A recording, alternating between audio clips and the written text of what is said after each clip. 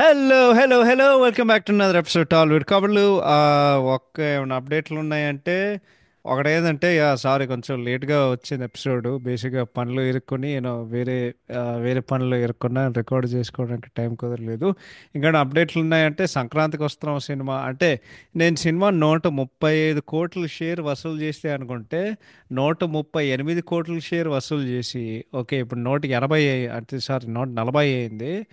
నాకు తెలిసి సినిమా అలవైకుంఠపురంలోనే దాటేస్తుంది. ఇంకో 20 కోట్లు షేర్ అవసరం ఆ సినిమా దాటాలంటే. అంటే నీకు సంక్రాంతికి వచ్చిన సినిమాకి వెంకటేష్ గారు తీసిన ఓకే అది బేసిక్గా అంటే నాన్ బాహుబలి ఇండస్ట్రీ హిట్ అయింది సినిమా. అంటే సింపుల్ చెప్పాలంటే నీకు సైంధవ్ సినిమా క్లోజింగ్ ఎంతో తెలుసా? అయితే 7 కోట్లు షేర్ అనుకుంటా.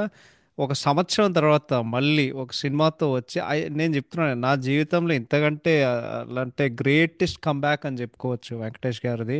యాజ్ వెంకటేష్ గారి అభిమానిగా చూడడానికి చాలా ఆనందంగా ఉంది. కానీ అసలు అంటే ఇంత రేంజ్ ఉంది అని చెప్పి నాకు అసలు నేను అసలు ఎక్స్పెక్ట్ చేయలేదు. ఒకవేళ అది నాన్ బాహుబలి ఇండస్ట్రీ హిట్ అయింది అనుకో వెంకటేష్ గారికి ఒక యునిక్ రికార్డ్ ఉంది బేసిక్గా. అదేంటంటే అంటే బాలయ్య గారు కూడా అదే రికార్డ్ ఉంది యాక్చువల్లీ. ఏంటంటే వాళ్ళకు వచ్చిన అంటే వీళ్ళిద్దరికి వచ్చే ఇండస్ట్రీ హిట్లు వాళ్ళ సినిమాలు అన్నిటికీ సంక్రాంతికి విడుదలయ్యాయి. సో నీకు సమరసింహారెడ్డి సినిమా సంక్రాంతికి విడుదలైంది 1999లో. తర్వాత నరసింహనాయుడు సినిమా 2001లో విడుదలైంది. చంటి సినిమా 1992లో విడుదలైంది. తర్వాత నీకు అంటే సంక్రాంతికి దాని తర్వాత 2000కి కలిసుందామర సినిమా వచ్చింది. 25 సంవత్సరాల తర్వాత ఇప్పుడు ఆల్మోస్ట్ మళ్ళీ జరగబోవచ్చు సంక్రాంతికి వస్తున్నాంతో. సో నేను మాటల్లో చెప్పలేను బట్ చూడడానికి నేను ఒకటే చెప్తా ఆనెస్ట్గా చెప్తా. ఈ పలానా సినిమా అంటే వేరే సినిమాలకి వాళ్ళు రాలేదని నేను చెప్పట్లేదు కానీ ఈ సినిమా ఏం చెప్తుందంటే నువ్వు తెలుగు సినిమాలో ఒక ఎంటర్టైన్మెంట్ మూవీ అంటే ఎంటర్టైనర్ ఆ జాన్రా మూవీ తీసావు అనుకో ఆ సినిమా జనాలు ఎక్కడికో తీసుకెళ్ళిపోతారు. ఈ పుష్ప టూలు కల్కీలు సలార్లు ఓకే ఇదేంటంటే పాన్ ఇండియా సినిమాలు హెవీ లైక్ మాస్ ఉండే సినిమాలు అవి బేసిక్గా ఫ్యామిలీస్ అంత చూడడానికి వాళ్ళకి అంత ఓపిక ఉండదు బేసిక్గా. ఇంకోటి ఏంటంటే వాళ్ళకి అప్పీలింగ్ ఏమైనా ఉంటే వాళ్ళకి ఏదో ఉంటుంది కదా. సలార్లో అది బేసిక్గా నరకుడు ఉంటుంది. దేవరాలు మొత్తం నరకుడు ఉంటుంది. పుష్ప టూలో మొత్తం నరకుడు ఉంటుంది. ఓకే తర్వాత కల్కిలో నరకుడేం లేదు. బట్ కల్కి కూడా అదేంటంటే అది ఒక అంటే అది బేసిక్గా ఒక వేరే ప్రపంచం. ఓకే ఒక కొత్త ప్రపంచం భవిష్యత్తులో ప్రపంచం ఎట్లుంటుందని సృష్టించి అది మొత్తం వాళ్ళు చుట్టేశారు. కానీ ఇప్పుడు ఏంటంటే ఒక ఊరికి వెళ్ళి ఆ ఊర్లో ఉండే వాతావరణం అంటే మనం అందరు రిలేట్ చేసుకుని ఒక నేపథ్యానికి అది తీసుకుని ఈ సినిమా అంత పెద్ద విజయం సాధించిందంటే ఇంకేం చెప్పలేము. అంటే చెప్పలేము కానీ బట్ అంతకు మించి ఇంకేం చెప్పలేము. నెక్స్ట్ బిగ్ రిలీజ్ తండేలు వస్తుంది. ఈ పొద్దునే ట్రైలర్ వచ్చింది. ఏం బాగాలేదు నాకు అది అస్సలు నచ్చలేదు. బేసిక్గా ఛాయాగ్రహణం బాగుంది దాంట్లో బట్ అది తప్పితే అసలు అది ఏం కట్టోరా నాయన వాళ్ళిద్దరు లవ్ స్టోరీస్ నాకు తెలియదు. కానీ ఇంకోటి ఏంటంటే నాకు యాస గురించి నాకు రాయలసీమ యాస గురించి మంచి పట్టుంది కానీ రాయలసీమ గోదావరి యాస మీద మంచి పట్టుంది కానీ ఐ థింక్ అది శ్రీకాకుళం సైడు యాస లేకపోతే కాకినాడ యాస ఏదో ఒకటి. నాకు నాట్ ఓన్లీ చైతన్య గారు నాకు ఫస్ట్ టైం సాయి పల్లవి గారు కూడా ఆ యాస అంటే వాళ్ళిద్దరికి రాలేదు నాకు అనిపించింది. బట్ అది నెక్స్ట్ బిగ్ సినిమా. సో ఆ సినిమా ఇంకా 10 రోజుల్లో వస్తుంది. As usual with any movie interest బట్టి అండ్ టాక్ బట్టి మాకు ఇంట్రెస్ట్ అంటే ఫస్ట్ ఆఫ్ ఆల్ ఇంట్రెస్టే లేదు. బట్ ఇంకోటి ఏంటంటే బాగుంటే ఖచ్చితంగా వెళ్ళి చూస్తాం. ఎందుకంటే మంచి సినిమాలు ఆదరించాల్సిందే. బట్ అంతకు మించి చెప్పుకోవడానికి ఇంకేం లేదు. సో ఈరోజు మీరు డిస్కస్ చేయబోయే సినిమా ఏంటంటే సంక్రాంతి. అఫ్ కోర్స్ ఇది మన వెంకటేష్ గారి సంక్రాంతి నాట్ సంక్రాంతికి వస్తున్నాం. ఫన్నీ విషయం ఏంటంటే దీనికి ముందు మాట్లాడేది సంక్రాంతికి వస్తున్నాం. ఇప్పుడు మేము సంక్రాంతి అంటే 2005లో విడుదలైన సంక్రాంతి సినిమా గురించి డిస్కస్ చేస్తున్నాం. సో యాజ్ యూజువల్ ఈ సినిమాకి మనం ఆ, సినిమాకి క్రేజ్ చెప్పేద్దాం. ఈ సినిమాకి సంస్థ super good films. This movie stars 100 మంది ఉంటారు. వాళ్ళ పేర్లు అని చెప్పుకోకపోతే రోజు దిక్కటే ఉంటాం. కానీ వెంకటేష్ గారు, ఆర్తి ఏకలవార్ గారు, స్నేహ గారు, శ్రీకాంత్ గారు, శివ బాలాజీ గారు, శర్వానంద్ గారు, సంగీత గారు, శారద గారు, చంద్రమోహన్ గారు, తనికెల భరణి గారు, రఘునాథ రెడ్డి గారు, సుధాకర్ గారు, రాలపల్లి గారు, రవి కొండలరావు గారు, దిల్ రమేష్ గారు, ప్రకాష్ రాజ్ గారు, శ్రీహర్ష గారు, ఏవిఎస్ గారు, దువాసి మోహన్ గారు, వేణుమాధవ్ గారు, సుమన్ శెట్టి గారు, నరసింహ యాదవ్ గారు, శివపార్వతి గారు and baby Srilekha. I think baby Srilekha, I think Srikanth గారి కొడుకు. సారీ, శ్రీకాంత్ గారి కూతురు, కొడుకు కాదు ఈ సినిమాలో. ఈ సినిమాకి కథ రాసింది మన ఎన్ లింగుస్వామి గారు. ఎందుకంటే ఈ సినిమా తమిళ సినిమా ఆనందం, ఆనందం మూవీ రీమేక్ కాబట్టి ఆ సినిమాలో హీరో మమ్మూట్టి గారు. ఈ సినిమాకి మాటలు రాసింది the legendary screen writing duo Paruchuri brothers. ఈ సినిమాకి సాక్ష్యం రాసింది ఈఎస్ మూర్తి గారు, పోతల రవికిరణ్ గారు, సిరివెన్నెల సీతారామ శాస్త్రి గారు అండ్ భాస్కర్ భట్ల గారు. ఈ సినిమాకి singers the late great legendary SP Balasubrahmanyam గారు, ఉదిత్ నారాయణ్ గారు, హరిహరన్ గారు, నా all time favourite singer Shankar Mahadevan గారు, పార్థసారథి గారు, మురళి గారు, కార్తిక్ గారు, సదన సర్గం గారు, శ్రేయ ఘోషల్ గారు, చిత్ర గారు, కల్పన్న గారు, సుజాత గారు.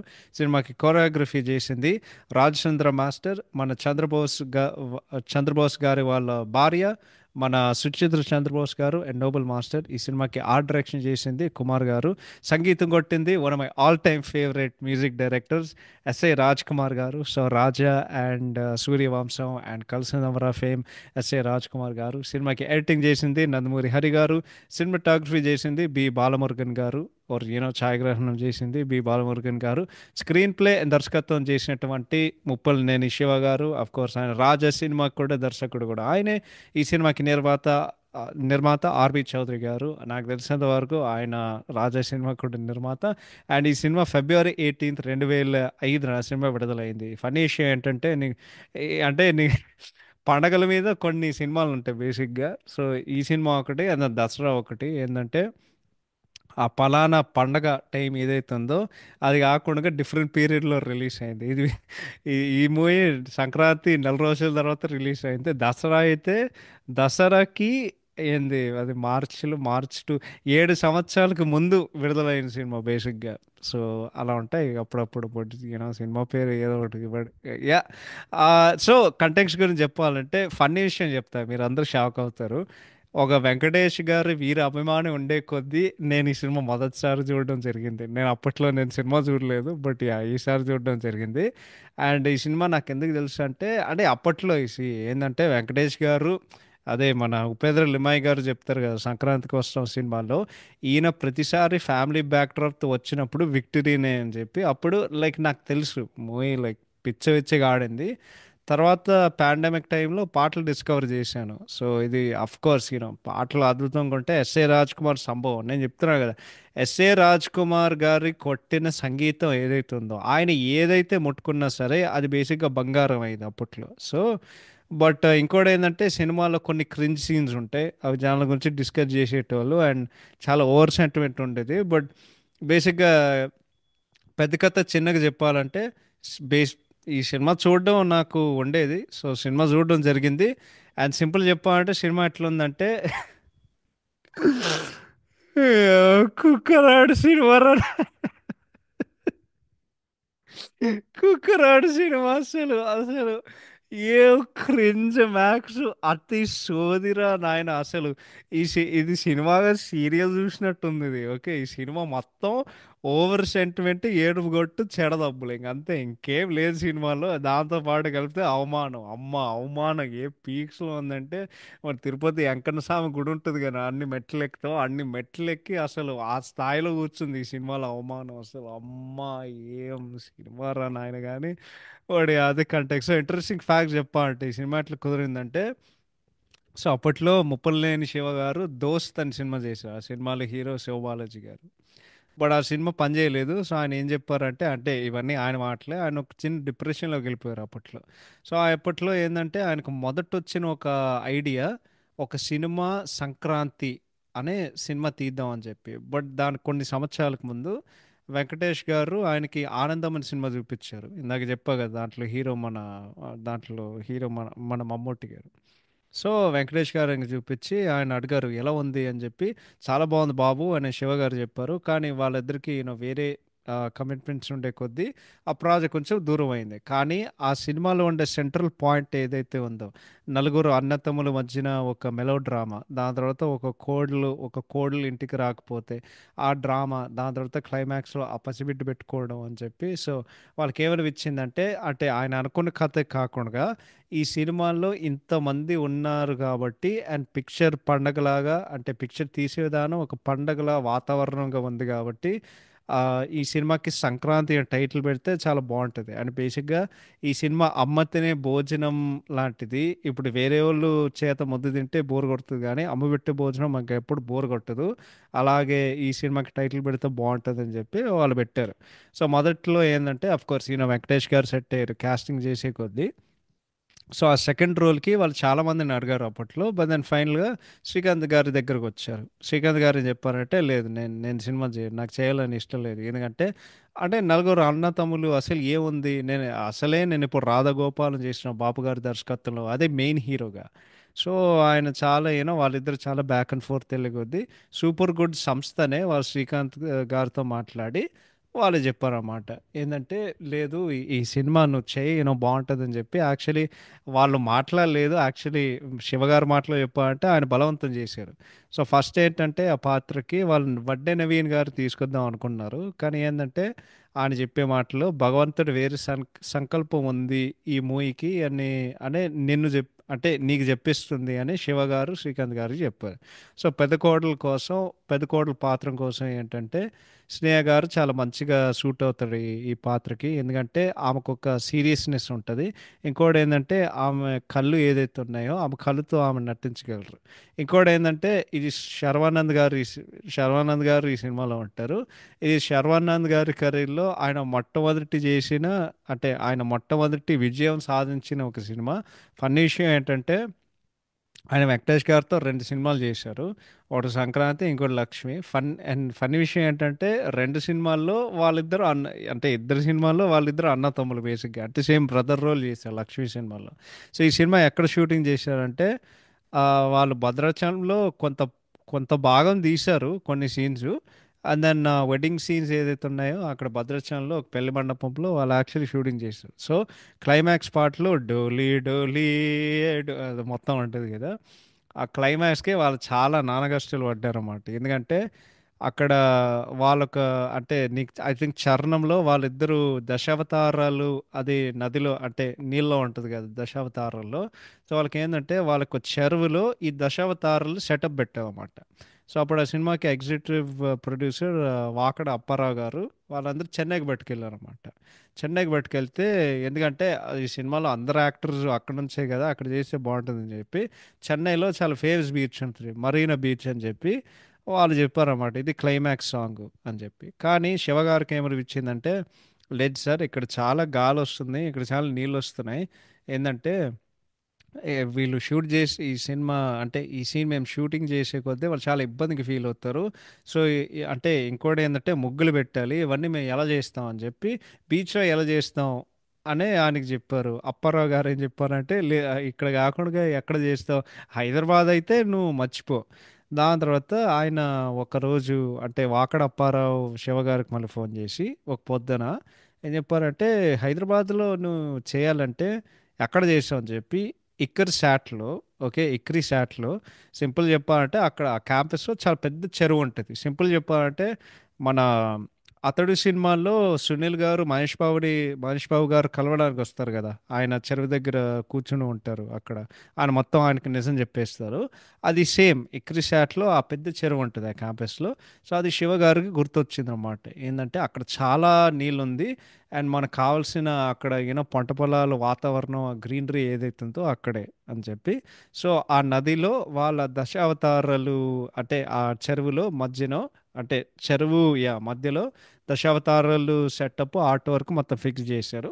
ఈ పలానా పాటకి one my all time favourite art directors, and అతడు సినిమాకి పనిచేసిన, అర్జున్ సినిమాకి పనిచేసిన, అండ్ రీసెంట్గా పొన్నియిన్ సెల్వన్ శివాజీ సినిమాకి పనిచేసిన పద్మశ్రీ తోటతరాణి గారు ఆ సినిమా ఈ పలానా పాటకి ఆర్ట్ డైరెక్టర్గా పనిచేశారు.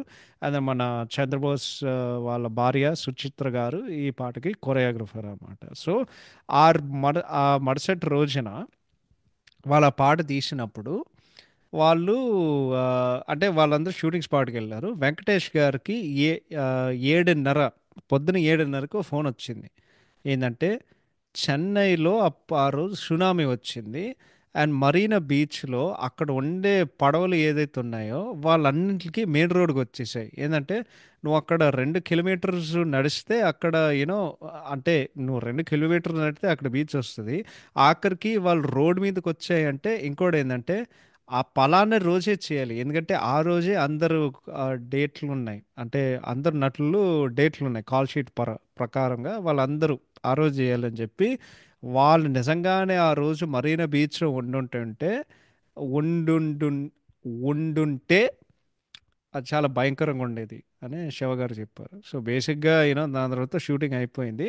ఆడియో అయితే ఒక రామనాయుడు స్టూడియోస్లో ఒక ఫంక్షన్ పెట్టి January 20th 2005 సినిమా వాళ్ళు అంటే ఆడియో వాళ్ళు రిలీజ్ చేయడం జరిగింది.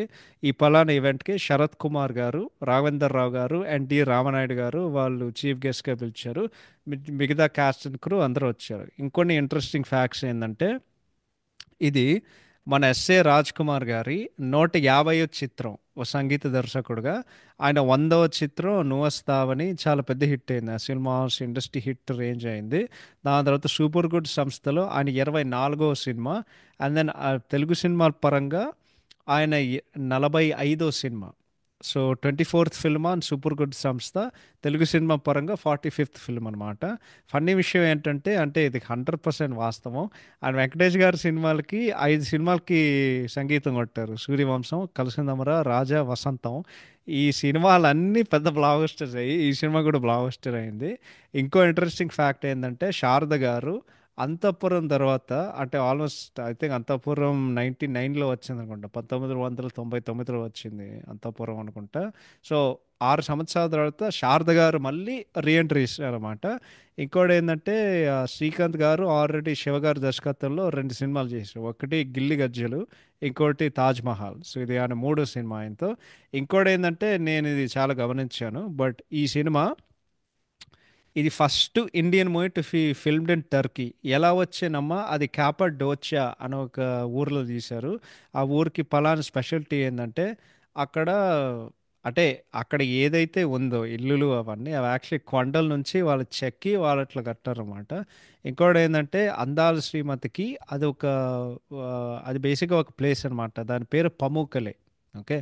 సో అదేంటంటే దాని హాట్ స్ప్రింగ్స్కి చాలా ఫేమస్. ఇదే లొకేషను నువ్వు సల్యూట్ సినిమా అదే మన Vishal and Nayanthara salute cinema ఉంటుంది కదా, నిన్నేనా పాట ఉంటుంది కదా, నిన్నేనా చూస్తూనే నిన్ను నిన్నేనా ఆ పాట ఉంటుంది కదా, ఆ పాట అక్కడే వాళ్ళు షూటింగ్ చేస్తారు. దాని తర్వాత నిప్పు సినిమాల్లో ఓనేనా ఓనేనా తన్న నన్న తన తన తన ఆ పాట ఉంది కదా నిప్పు సినిమాలో రవితేజ్ గారిది, అది కూడా సేమ్ లొకేషన్. సో ఈ 2 పాటలు ఆ లొకేషన్ నువ్వు మళ్ళీ చూడొచ్చు.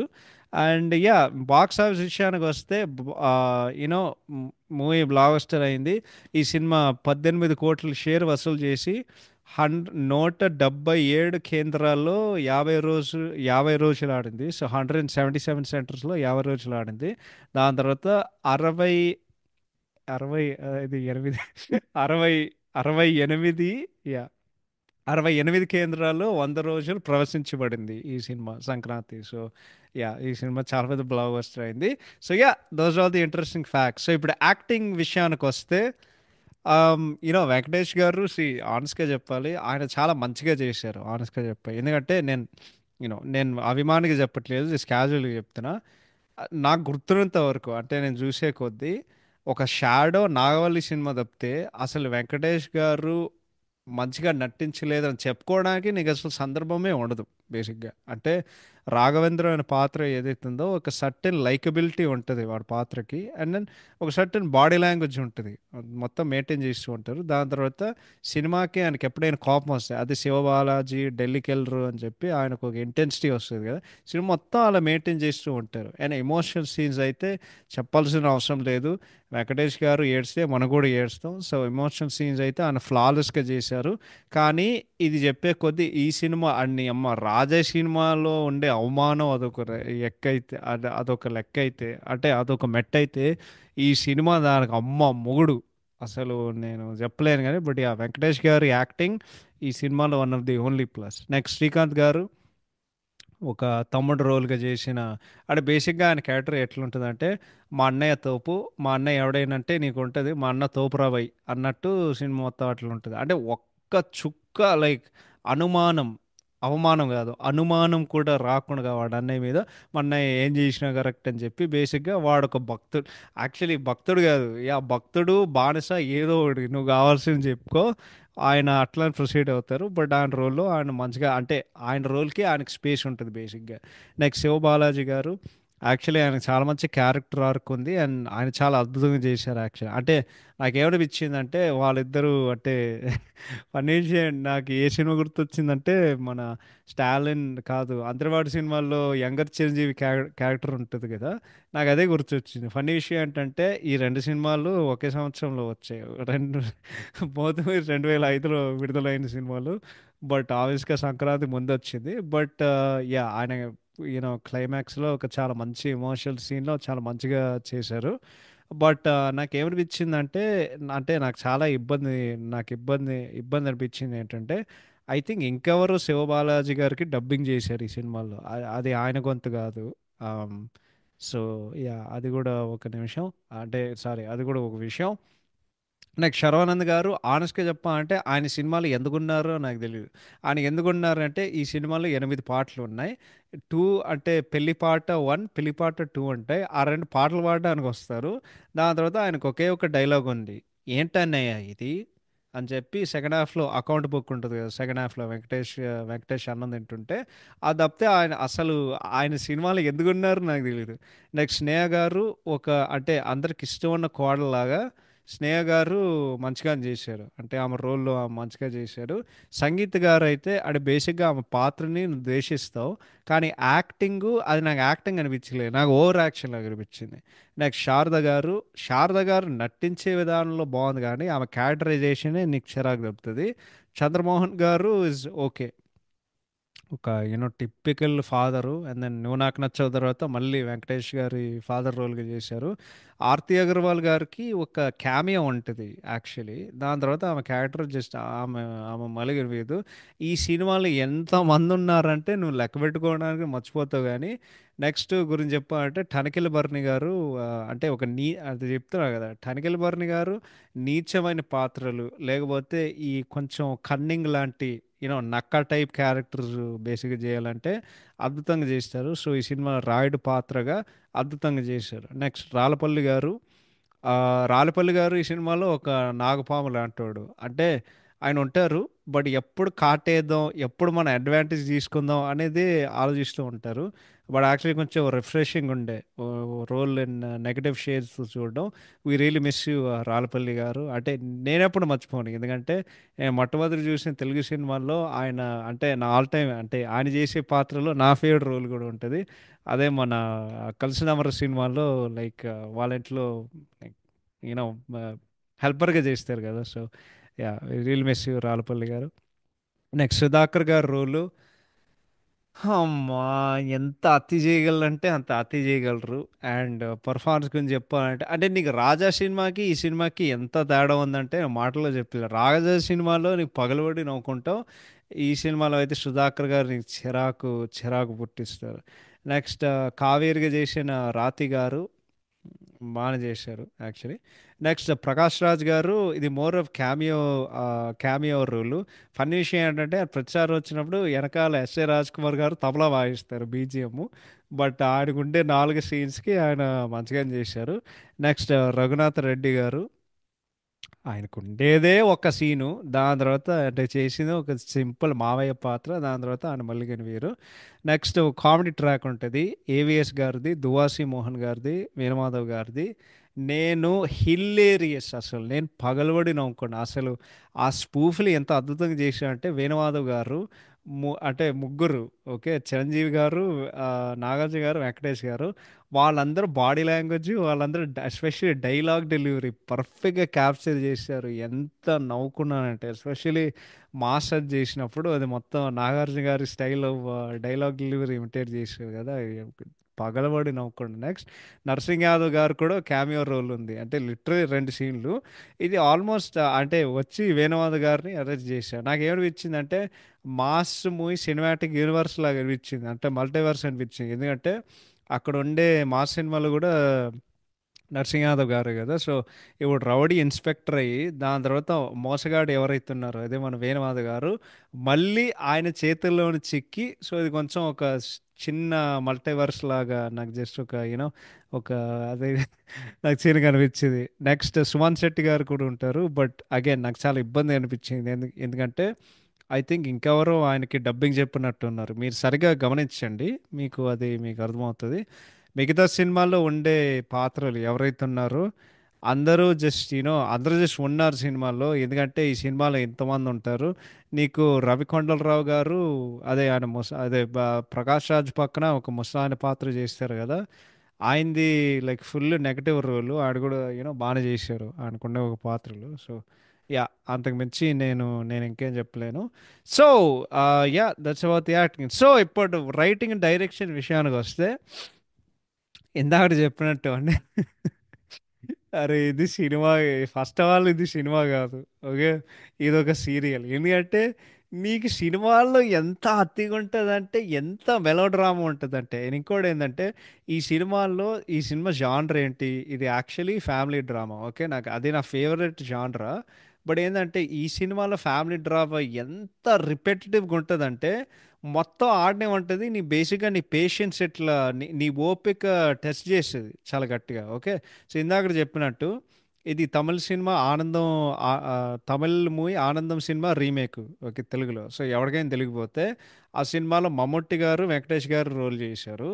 మన అబ్బాస్ గారు, ఓకే, అదే రాజా సినిమాలో సౌందర్య గారు పెళ్లి చేసుకోబోయి కాబోయే ఉంటారు కదా. అదే ఇంకేమైనా ముస్తఫా ముస్తఫా ఆ సినిమా కూడా ఉంది కదా. సో ఆయన శివబాలాజీ గారు పాత్ర చేశారు తమిళ వెర్షన్లో. అది ఫన్నీ విషయం ఏంటంటే తమిళ వెర్షన్లో సంగీత గారు చేసిన పాత్ర స్నేహ గారు చేశారు. సో నీకు బోత్ ఒరిజినల్ రీమేక్లో స్నేహ గారు ఉంటారు, బట్ రోల్ రివర్స్ బేసిక్గా. ఓకే, సో ఈ సినిమా కథ ఏంటి, నలుగురు అన్నతమ్ముళ్ళు అండ్ వాళ్ళిద్దరికి ఉండే ఒక సమస్యలు, వాళ్ళందరూ ఒకే ఇంట్లో ఉంటారు. బట్ ఆనెస్ట్గా చెప్పాలంటే వాళ్ళకి ఎటువంటి సమస్యలే లేవు. ఎందుకంటే వాళ్ళకు ఉండే సమస్యలు ఇది అంటే మన టిపికల్ ఇండియన్ మెంటాలిటీ, వాళ్ళ మైండ్ సెట్, వాళ్ళ వాతావరణం ఏదైతే ఉంటుందో వాళ్ళు ఫేస్ చేసే ప్రెషరు, వాళ్ళ అమ్మా బాబులు ఫేస్ చేసే ప్రెషర్ వల్ల వాళ్ళకి సమస్యలు వస్తాయి బేసిక్గా. శారద గారి క్యారెక్టరైజేషన్ ఏదైతే ఉందో ఎంత రిడిక్యులస్గా ఉందంటే, బేసిక్గా ఆమెకి నలుగురు మగబిడ్డలు. బట్ నేను నలుగురు మగబిడ్డలు కన్నీ ఎవరు పెళ్లి చేసుకోలేదు కాబట్టి నాకు ఒక కోడలు ఉందని చెప్పి దీనివల్ల ఆమె బేసిక్గా డిప్రెషన్లో ఉంటుంది. అరే ఏం సోదిరా ఇది అసలు. ఒరే ఇప్పుడు ఎవడో పెళ్లి చేసుకోకపోతే వాళ్ళు కోపడతారా? ఇదేం ఆలోచించను. అరే ఎవడైనా రెడీగా అంటే ఎవడైనా సిద్ధంగా ఉన్నప్పుడు చేయాలి, కానీ ఎవడైనా సిద్ధంగా లేనప్పుడు ఆయన బలవంతంగా రుద్దేస్తారా? నాకు అర్థం కాదు. ఇది వాళ్ళ ప్రాబ్లం. తర్వాత నాకు ఇంకో డౌట్, చంద్రమోహన్ గారు సినిమా అందరికంటే పెద్ద పెద్ద ఆయన ఏం చేస్తారో లేకపోతే ఆయన ఏం చేసేటోళ్ళు మనకేం చెప్పరు. ఓకే, నీకు సినిమాల్లో ఎంత ఇల్లాజికల్ క్రింజ్ సీన్స్ ఉన్నాయంటే ఫస్ట్ ఓకే ఫస్ట్ సుధాకర్ గారు దొంగతనం చేసుకోవడానికి వస్తే ఆయన కట్టేసి తర్వాత ఆయనకి ఫుడ్ షెల్టరు, దాని తర్వాత ఆయన మారిపోయి వాళ్ళ ఇంట్లో పనోడుగా పెట్టుకుంటారు. అరే నీ అమ్మ, ఒరే దొంగతనం దొంగోడికి అన్నం ఎవరు పెడతారా? నాకు అర్థం కాదు. దాని తర్వాత వాడికి అన్నం పెట్టి వాళ్ళ ఇంట్లోనే ఎవడైనా ఉంచుకుంటాడా? ఏ వాళ్ళు జనాలు నా జనాలు నాకు చెప్తే నేను నమ్మలేదు, కానీ అసలు ఎంత సోదంటే అమ్మ పిచ్చిలేసి. నెక్స్ట్ ఆర్తి అగర్వాల్ గారు వెంకటేష్ పెళ్లి కొడుకు అనుకుని ఆయన దగ్గరకు వచ్చి ఆయన ఆయన ఆమెని కౌగిలించుకుంటాడు. ఓకే, దాని తర్వాత ఇంకంతే గుంట ఫ్లాటు కట్టు నిశ్చితార్థం. నిశ్చితార్థం అయ్యే అయ్యే రోజు వాడు అమ్మాయి రూమ్కి వెళ్ళి నడుము ఇట్లా గెలితే ఆమె అరుస్తుంది. దాని తర్వాత అందరూ కూడా ఇట్లా జలకైపోతారు. అది ఏమైందిరా ఏమైందిరా అని చెప్పి వారు గదిలోకి వస్తారు. ఏమైందమ్మా ఏమైందమ్మా అని చెప్పి ఆడేదో మూలలో దాక్కొని ఉంటాడు. ఆమె ఇట్లా చెయ్యి ఇట్లా పెడితే దాని తర్వాత వాడు బయటకు వస్తాడు. అందరు సిగ్గుపడుతూ ఉంటారేంట్రా, అందరు సిగ్గుపడతారు.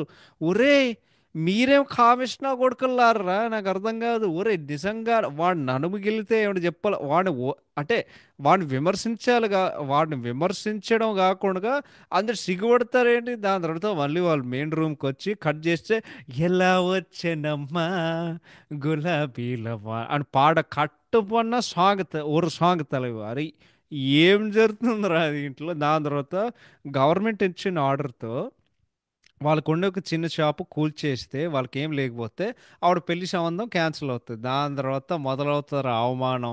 ఆడ రైస్ మిల్లు పనిచేయడం మొదలు పెడతాడు. దాని తర్వాత బైక్ సైకిల్ దొక్కడం మొదలు పెడతాడు. అంటే కొట్లకి ప్యాకెట్లు డెలివరీ చేసుకోవడానికి. దాని తర్వాత బ్రతకడానికి అంటే డబ్బులు సంపాదించడానికి వాడికి వచ్చిన వాటా వాడు తీసుకుంటాడు బేసిక్గా. ఓకే. దాని తర్వాత ఇంట్లో ఇంతమంది ఉంటారు, శ్రీకాంత్ తప్పితే ఓకే ఎవ్వడు ఏం పని చేయడురా. అసలు శివబాలాజీ శర్వానంద్ ఏం చేస్తారు, వాళ్ళు ఏం చేయరు, తింటూ మెక్కుతారు పడుకుంటే. సింపుల్ చెప్పాలంటే సైజు షిందే గారి నా ఫేవరెట్ డైలాగ్ ఉంటుంది పోగిరి సినిమాలో, తిన్నామా పడుకున్నామా తెల్లారుందా ఇంకంతే. వాడు చెప్ప వాళ్ళు ఇంకేం చేయరు. ఓకే.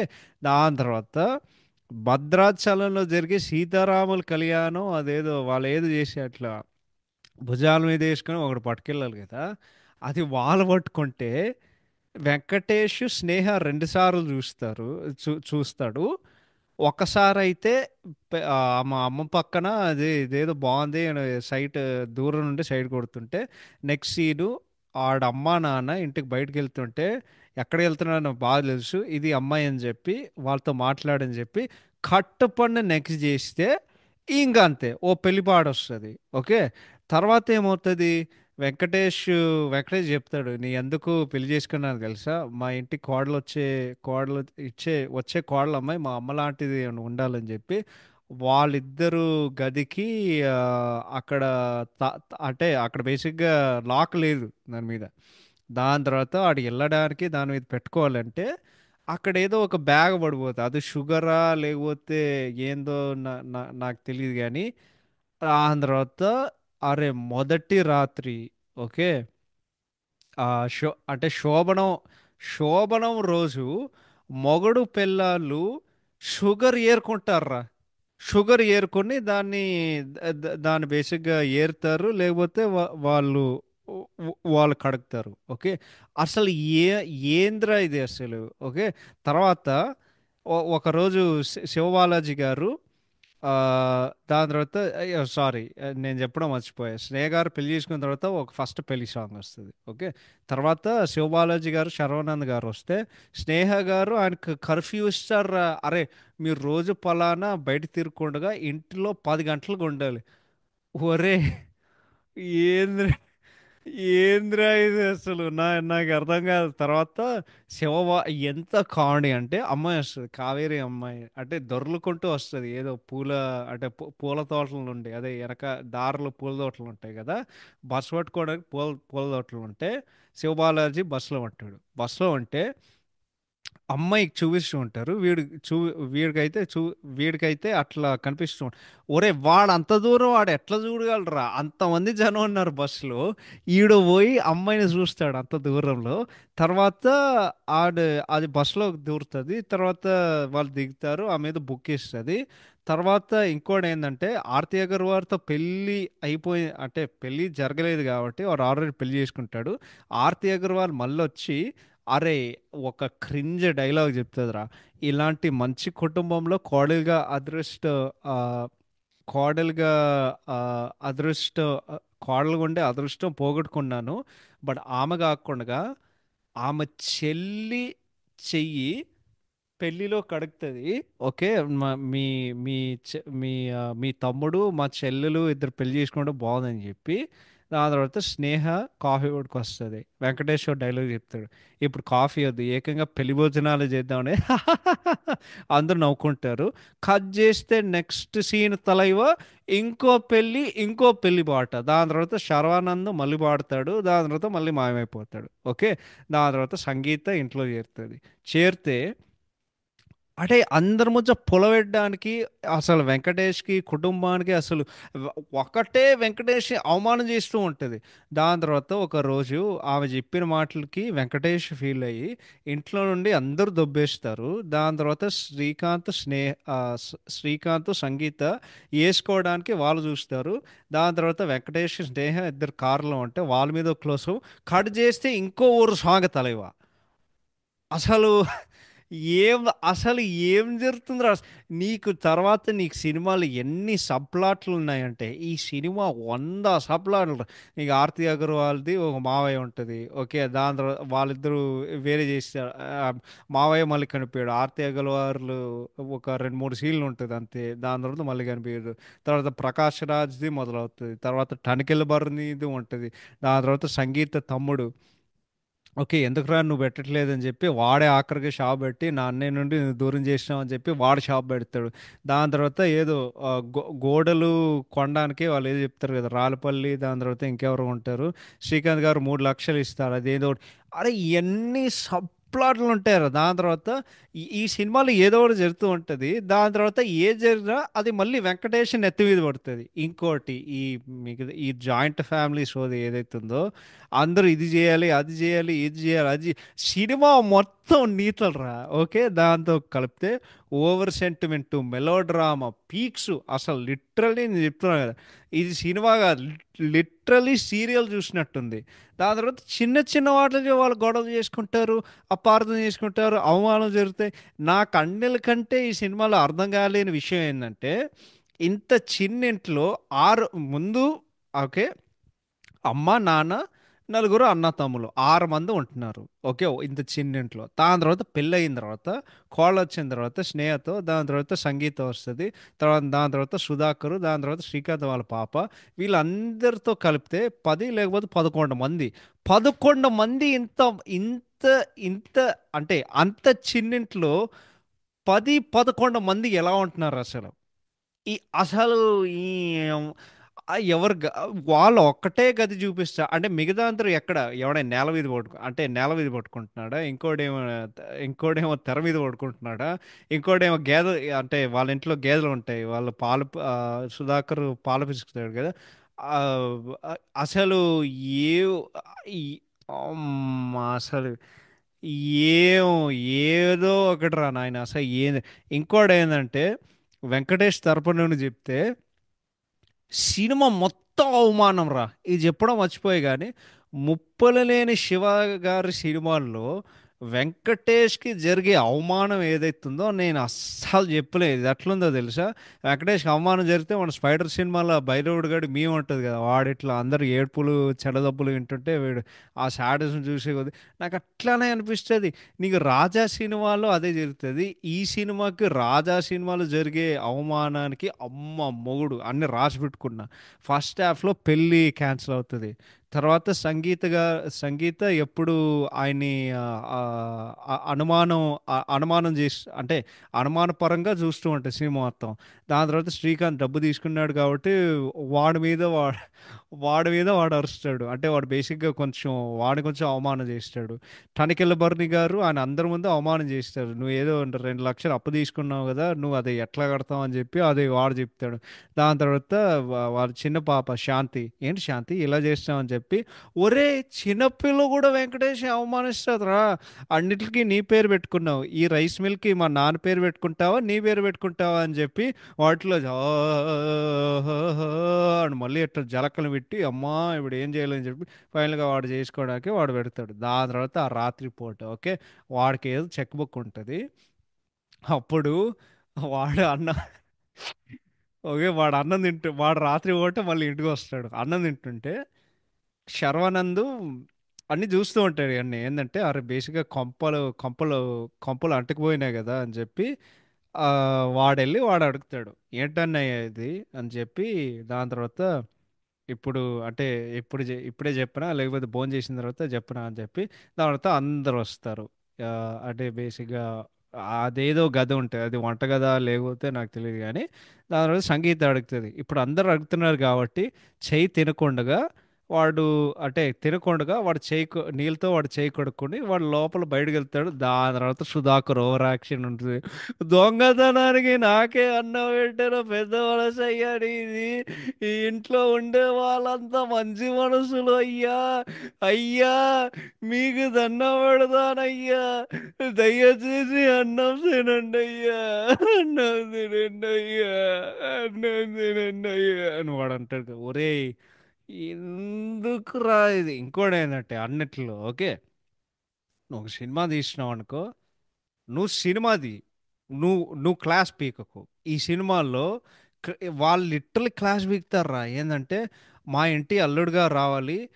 అంటే ప్రకాష్ రాజ్ మొత్తం ఉంటుంది కదా, వాడు డైలాగ్ చెప్తాడు, మా ఇంటి అల్లుడుగా రావాలి, మీ జాయింట్ ఫ్యామిలీ సోది మనకొద్దు అని చెప్పి మళ్ళీ వెంకటేష్ అవమానం చేస్తాడు. దెన్ ఫైనల్గా వాడు నిశ్చితార్థంకి వెళ్తే స్నేహ గారు ఏదో పెళ్లి కూతురికి ఏదో చేస్తూ ఉంటే ఎవరో పక్కగా లాగి, అరే నీకు ప్రతి దాంట్లో నువ్వు తలదూరుస్తున్నావు, ఇవన్నీ అంటే ఆ, రెండు పిల్లలు అంటే పిల్లలు కలాల్సిన నువ్వు ప్రతి దాంట్లో తలదూరుస్తున్నావు, ఇవన్నీ ఇవన్నీ చెప్పరు, నువ్వే అర్థం చేసుకోని చెప్పి అవి ఏడవడం మొదలు పెడతారా. ఒరేయ్ ఇటువంటి జనాలు ఏడుంటారా. నే నే నేనైతే ఎప్పుడు కలవలేదు, ఏం సోదిరా ఇది అని చెప్పి ఫైనల్గా మళ్ళీ ప్రకాష్ రాజ్ గారు లాస్ట్లోకి వచ్చి ఆయన తప్పు ఆయనే ఒప్పుకొని ఇంకా అంతే వాళ్ళు శివబాలాజీకి వాళ్ళందరికీ పెళ్ళి అవుతుంది. ఇంకోటి ఏంటంటే నాకు ఎంత సోదనిపించిందంటే ఎలివేషన్ చేసావు అనుకో అది మనకు ఎక్కాలి కానీ అది అమ్మ ఈ సినిమాలో మరీ భజన అవుతారు. నాకు హీరో ఎలివేషన్స్ చాలా ఇష్టం, గొప్పలు చెప్పుకోవడం ఇష్టం, కానీ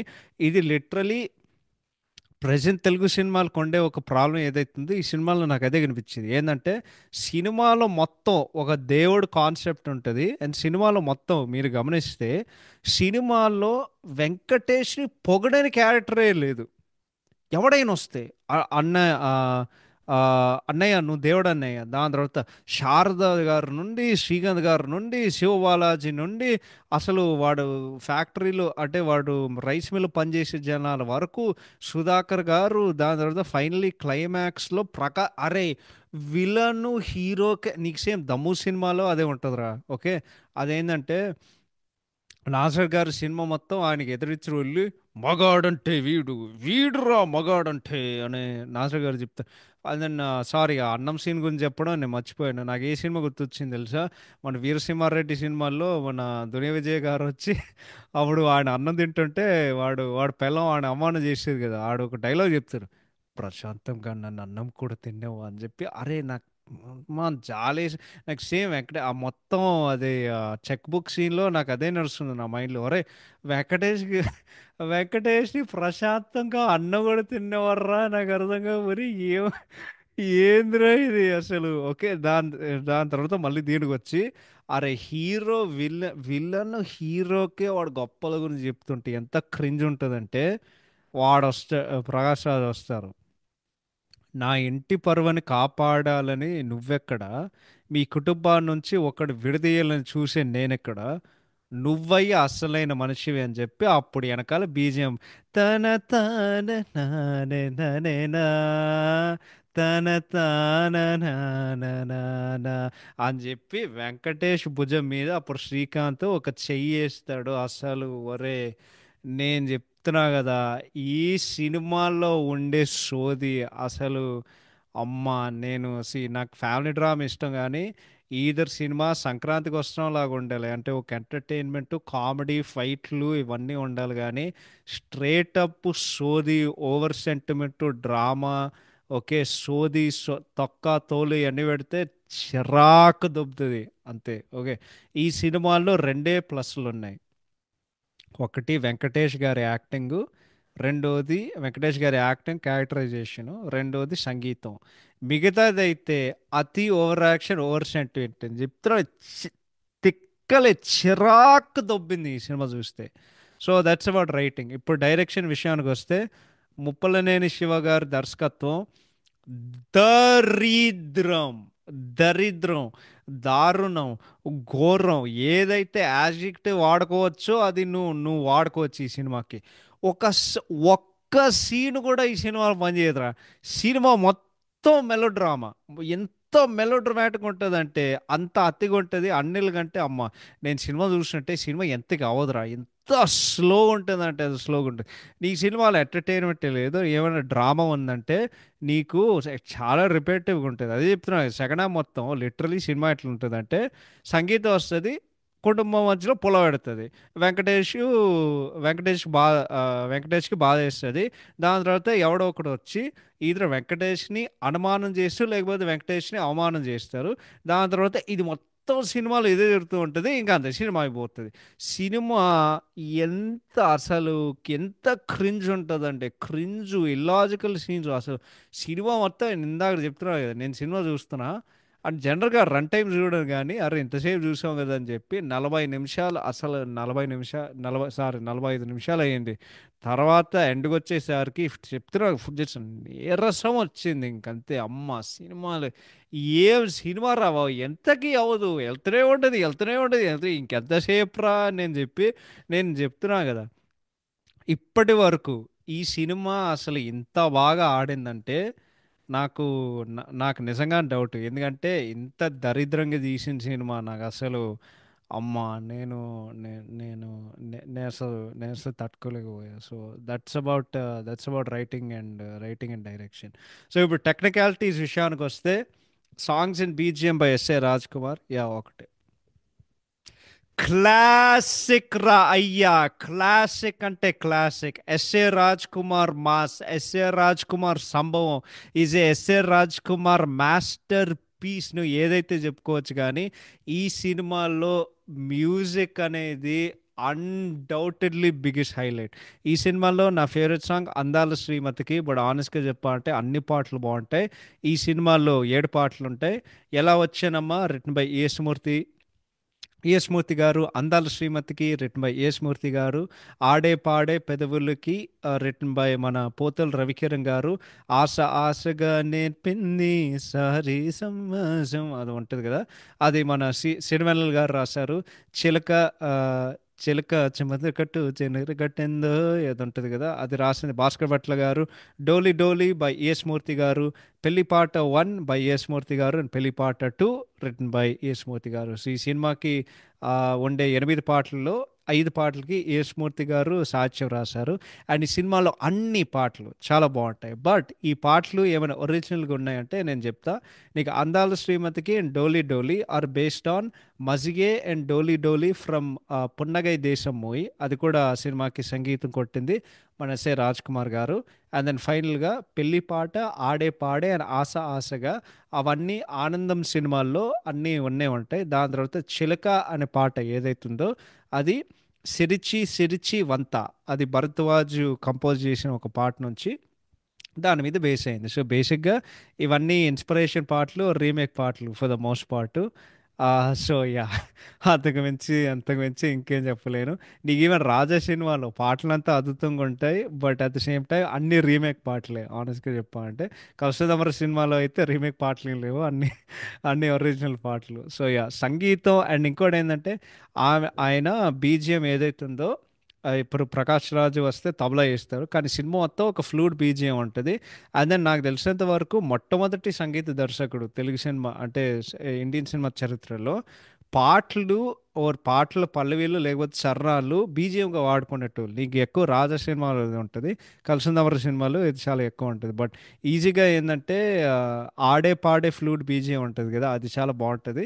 ఫైనల్గా పాట వచ్చినప్పుడు నేను ఎంతసేపు విన్నావు కాబట్టి అది కూడా నీకు చాలా మంచిగా అనిపిస్తుంది. బట్ మరొకసారి మ్యూజిక్ అనేది masterpiece, S A Raj Kumar garu ఒక మాస్ సంభవం అంతే.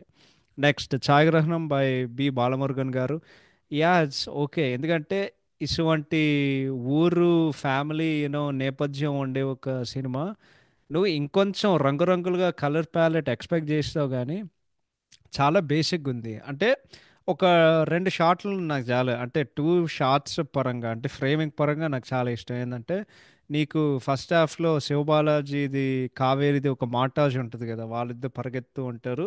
ఒక షాట్లో ఇట్లా సూర్యుడు ఇట్లా సెట్ అవుతూ ఉంటే అట్లా ఒక షాట్ ఉంటుంది. ఇంకోటి ఏంటంటే సంగీత అండ్ శ్రీకాంత్, అదే వాళ్ళందరూ చ- చిల చిలక పాటకు ముందు వాళ్ళు రాత్రి గదిలో ఉంటారు. అప్పుడు సంగీత గారి మీద ఫోకస్ చేశారు కానీ అప్పుడు శ్రీకాంత్ గారు ఫ్రేమ్లో కనిపించరు. కానీ శ్రీకాంత్ గారు రూమ్ గదిలో ఒక అద్దం ఉంటుంది. ఆ అద్దంలో నీకు శ్రీకాంత్ గారు కనిపిస్తారు. సో ఆ ఫ్రేమింగ్ చాలా అద్భుతంగా నచ్చింది. పాటలు అయితే వాళ్ళు మంచిగా తీశారు. బట్ ఓవరాల్ చెప్పా అంటే అసలు గుర్తుండిపోయే పెద్దగా ఏం లేదు. నీకు సినిమా మొత్తం మీడియం లేకపోతే క్లోజ్అప్ షాట్స్. ఎందుకంటే ఈ సినిమాలో ఇన్ని భారీ ఆర్టిస్టులు ఉన్నారు కాబట్టి ఒకరి మీద ఫోకస్ పెట్టాలి. అంతకుమించి ఇంకేం చెప్పలేను. ఆ డైరెక్షన్ బై కుమార్ గారు, యా బాగుంది. అంటే సినిమా, యా అది ఒక మంచి ఒక ఊరు, అంటే ఆ ఊరు ఫీలింగ్ ఇస్తుంది ఖచ్చితంగా, ఎక్కడ ఆర్టిఫిషియాలిటీ లేకుండా. కానీ ఈ సినిమా సెటిల్ చూస్తే నాకు క్లియర్గా తెలిసిపోయింది, వాళ్ళ సినిమా మొత్తం హైదరాబాద్లోనే చుట్టేస్తారు.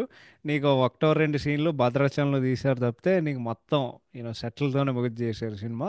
ఆ పాటలు అయితే టర్కీలో షూటింగ్ చేశారు, పొలాచిలో షూటింగ్ చేశారు, భద్రాచలంలో షూటింగ్ చేశారు. క్లైమాక్స్ అయితే ఆ దశావతారం ఆ మొత్తం సెట్టింగ్ అది చాలా మంచిగా చేశారు. బేసిక్గా పాటల్లో నీకు ఆర్ట్ వర్క్ చాలా పేలుతుంది సినిమా కంటే. సో అది నేను గమనించాను. ఎడిటింగ్ బై నందమూరి హరి గారు. దరిద్రం, దరిద్రం, దారుణం, ఘోరం. నీకు సినిమాల్లో ఎన్ని అబ్రప్ట్ కట్లు ఉంటాయంటే అన్ని ఉంటాయి. సాంగ్ ప్లేస్మెంట్ అసలు దారుణంగా ఉంటుంది. అండ్ నీకు సినిమా చాలా స్లో పేసుకుంటుంది. ఈ బేసిక్గా సినిమాలో ఫ్లోయే లేదు. సో అందుకే నీ అమ్మ నీకు సినిమా ఎంతకే అయిపోదు. నేను అందుకే చెప్తున్నా. నీకు డైలాగ్స్ అయితే అంటే మాటలు by Paruchuri brothers, cringe max. Cringe max. నాకు ఫలానా మూడు డైలాగులు ఉన్నాయి. ఈ మూడు డైలాగ్ ఎంత క్రింజ్ అనిపించాయంటే, సుధాకరు శారద రాత్రిపూట ఏదో చెట్టు దగ్గర కూర్చుంటే ఇంట్లో, ఎందుకు ఉండదమ్మా, ఇంట్లో పెదిగి పెళ్ళి పెళ్ళికి ఎదిగిన కొడుకులు నలుగురు ఉంటే ఇంటి ముందు మొగ్గ పెట్టే కోడల పిల్ల లేదంటే ఏ తల్లికి ఉండదు అని శారద చెప్తారు. నిజమేరా, నాకు ఒక మంచి కోడలుగా, మా రాఘవకి చక్కటి భార్యగా, వాడి తమ్ములకి మంచి వదిలిగా రావాల్సిన పిల్ల ఈ పాల గ్లాస్ అరిటాక చెయ్యి జారిపోయింది. ఒరే, అది చెప్తున్నా కదా, ఆమె బాధ అంతా ఈ షోది వల్లనే. దాని తర్వాత వాళ్ళు ఏదో ఇంట్లో ఫంక్షన్ పెడితే శారద అదే బిడ్డకి ఏదో లైక్ ఏదో ఒకటి దాన్ని మర్చిపోయా, అది ఏదో ఒకటి కానీ. బట్ బిడ్డకి వాళ్ళు ఏదో ఫంక్షన్ చేస్తే, అది శ్రీకాంత్ వాళ్ళ కూతురికి ఏదో ఫంక్షన్ చేస్తే శారద గారు ఆ ఫ్రెండ్కి చెప్తారు, నీకేంటమ్మా, వాళ్ళు చెప్తారు, నీకేంటమ్మా, అందరు కలిసి ఇంట్లో ఉంటారు, నా కొడుకులంతా నా నాకంతా అదృష్టం లేదుగా, ఉన్న ఇద్దరు కొడుకులు వేరే కాపురాలు పెట్టుకున్నారు, కలిసి ఉంటే విడిపోవడం. దాని తర్వాత శారదా గారు క్రింజ డైలాగ్ చెప్తుంది, కలిసి ఉంటే విడిపోవడం అన్నది గుమ్మంలో కాలు పెట్టే కోడలు పట్టు ఉంటుందమ్మా, మా పెద్ద కోడలు ఈ ఇంటికి వచ్చిన దేవత లాంటిదే. ఓరే, ఏ అది ఏంద్రా ఇది అసలు. దాని తర్వాత క్లైమాక్స్ స్నేహ గారికి ఒక ఆమె చెప్తుంది కదా, చూడమ్మా వచ్చినప్పుడు నుండి చూసిన ఆ, ప్రతి దాంట్లో అదే ప్రతి దాంట్లో తలదూరుస్తున్నావు. ఏమ ఆ, దాని తర్వాత అమ్మాయి ఏమైందండి అని చెప్పి, పెళ్ళై పండంటి ఆ, పెళ్ళయి పండంటి కనాల్సిన పిల్లలకి ఆ పిల్లలు లేని నువ్వు చేస్తే ఎలాగా, ఇవన్నీ చెప్పరు, నువ్వే అర్థం చేసుకోని చెప్పి స్నేహ గారు ఏడవడం మొదలుపెట్టి, ఏం జరుగుతుందిరా. నేను ఇట్లా ఏంది, అది ఎలా చెప్పాలి కానీ ఫేస్ పామ్ ఉంటుంది కదా, నేను ఫేస్ పామ్. దాని తర్వాత సినిమా మొత్తం నవ్వుతూనే ఉన్నా, అసలు ఏం క్రింజరా నాయన, ఏం అత్తిరా నాయన అని చెప్పి. నెక్స్ట్ కాస్ట్యూమ్ డిజైన్, యా బాగుంది. నీకు బేసిక్గా ఎస్పెషల్లీ వెంకటేష్ గారి స్టైలింగ్ నాకు బాగా నచ్చింది. అంటే ఆ పాత్రకి ఏదైతే వేసుకుంటారో ఒక రైస్ మిల్ ఉంటారో చాలా యాప్ట్గా అనిపించింది. అండ్ యాక్చువల్లీ ఈ సినిమా ఒక కాస్ట్యూమ్ డిజైనర్స్ వాళ్ళ వాళ్ళ సంభవం అనమాట. అంటే వాళ్ళు బేసిక్గా సంబరాలు చేసుకుంటారు, ఎందుకంటే ఈ సినిమాలో అంత స్కోప్ ఉంటుంది, బికాజ్ ఎన్ని భారీ ఆర్టిస్టులు ఉన్నారు కాబట్టి. అట్లా చీరలు, నగలు, కాస్ట్యూమ్లు చాలా స్కోప్ ఉంది యాక్చువల్లీ స్టైలింగ్ చేసుకోవడానికి. బట్ యా, కాస్ట్యూమ్ డిజైన్ అయితే బాగానే ఉంది. కొరియోగ్రఫీ ఇస్ ఓకే, చాలా రొటీన్గా అనిపించింది. బేసిక్గా వెంకటేష్ గారు ఏం చేస్తారంటే, చాలా నువ్వు ఏ పాటలో అయినా గమనించు, ఎస్పెషలీ మెలడీస్లో వెంకటేష్ గారు నడుస్తారు, వీళ్ళు తలకాయ ఇట్లా ఊపుతారు, దాని తర్వాత ఆయన సరసం చేయడానికి ఆయన పని ఆయన చేసుకుంటారు. సింపుల్గా నేనేం చెప్తున్నానంటే, మీరు వెళ్ళి నవ వెంకటేష్ సినిమాలో సౌందర్య పాడు చూడండి, ఆ దాంట్లో వెంకటేష్ గారు జస్ట్ ఇట్లా తలకాయ ఇట్లా ఊపుతారు. ఆ, ఆ, నేను నవ్వుతూ ఇట్లా చిన్న స్మైల్ ఇచ్చి ఇట్లా తలకాయ ఊపుతూ ఉంటాను సన్ గ్లాసెస్ వేసుకొని. ఆల్మోస్ట్ అన్ని పాటలు అదే ఉంటుంది. ఈ సినిమాలు కూడా అంతే. Next production values by R V Chowdary garu. దారుణం. బాలేవు. ఎందుకంటే నీ సినిమాల్లో హై క్వాలిటీ టెక్నికల్ వాల్యూస్ అంటే బేసిక్గా టెక్నికల్ వాల్యూస్ ఈ సినిమాలో సున్నా. ఏమైనా ఉందంటే అది సంగీతం ఒకటే. ఇప్పుడు నువ్వు ఎస్ఏ రాజ్ కుమార్ గారు, నేను చెప్తున్నా కదా, ఎస్ఏ రాజ్ కుమార్ ఎంత అద్భుతమైన సంగీత దర్శకుడు అంటే, మన వచ్చింది కదా అఖిల్ సినిమా ఏజెంట్, ఆ సినిమా కూడా సంగీతం కొట్టమంటే ఆయన కొడతారు. అంత అద్భుతమైన సంగీత దర్శకుడు ఆయన. సో సినిమాతో సంబంధం అంటే బేసిక్ అంతే. నీవు ఏది అడిగినా ఆయన అంత అద్భుతంగా ఇచ్చేటోళ్ళు. సో అంతకు మించి ఇంకేం చెప్పలేను. సో మొత్తానికి దీనికి ర్యాప్ చేయాలంటే, సంక్రాంతి అనే సినిమా ఎక్స్ట్రీమ్లీ బోరింగ్. చాలా అతి. సినిమా మొత్తం అతి అండ్ ఓవర్ సెంటిమెంట్ ఫిల్డ్ ఒక ఫ్యామిలీ డ్రామా. నీకు సినిమాలో ఎంటర్టైన్మెంటే లేదు. చెడదబ్బులు అంటే చెడదబ్బు ఏడుపులు చెప్తే నీకు సినిమాలో ఏముండదు. ఇది ఒకే ఇల్లాజికల్ అండ్ క్రింజ్ సీను ఒకటి తర్వాత ఇంకోటి. సినిమా మొత్తం అలానే వెళ్తూ ఉంటుంది. నీకు వెంకటేష్ గారు నటన అండ్ అద్భుతమైన అదే క్లాసిక్ సంగీతం తప్పితే ఈ సినిమాల్లో ఏమీ లేదు. కోటగారు డైలాగ్ చెప్పాలంటే ఏం లేదు, మొత్తం డొల్ల. ఇప్పటి వరకు ఈ సినిమా ఎందుకు ఆడిందో నాకు తెలియదు కానీ, ఇందాక చెప్పినట్టు ఇది ఒక సినిమా కాదు, ఇది ఒక సీరియల్. సో మీకు సీరియల్ చూడాలంటే ఈ సినిమా ఎలా చూడండి. సో అంతకు మించి నేను ఇంకేం చెప్పలేను. So yeah, that is all. Thank you. Sorry for the delay. Thank you so much for listening. Take care. Bye by. Have a fantastic week ahead. మనం వచ్చే వారంలో కలుద్దాం. ఎందుకంటే మా 200 ఎపిసోడ్ వస్తుంది, 200th ఎపిసోడ్ వస్తుంది. సో మీకు అందరికి ఇష్టమైన సినిమా గురించి మేము డిస్కస్ చేసాం. And hopefully you are like it. So next week 200th ఎపిసోడ్తో మళ్ళీ కలుద్దాం. Once again thank you so much for listening. Take care. Bye bye. And have a fantastic week ahead.